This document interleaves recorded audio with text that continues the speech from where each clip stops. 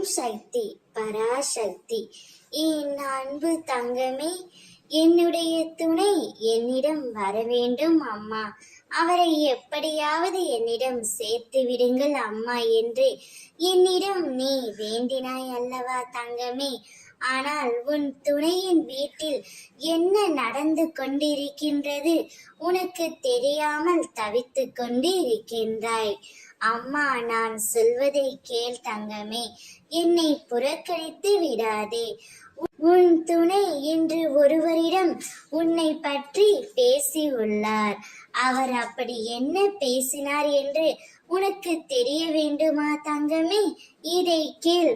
அவர் உன் அன்பை புரிந்து கொண்டு உன்னை ஏற்றுக்கொள்ள வேண்டும் என்று அவரிடம் கண்கலங்கி பேசினார். உன்னுடைய அருமை அவருக்கு இப்போதுதான் புரிகின்றது. உன்னிடம் இருக்கும் பொழுது உன் அன்பையும் உன் அருமையும் அவர் கணித்து விட்டார்.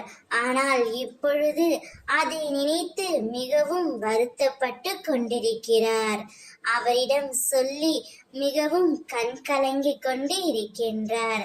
உன்னிடம் வந்து பேச அவருக்கு பயமும் இருக்கின்றது.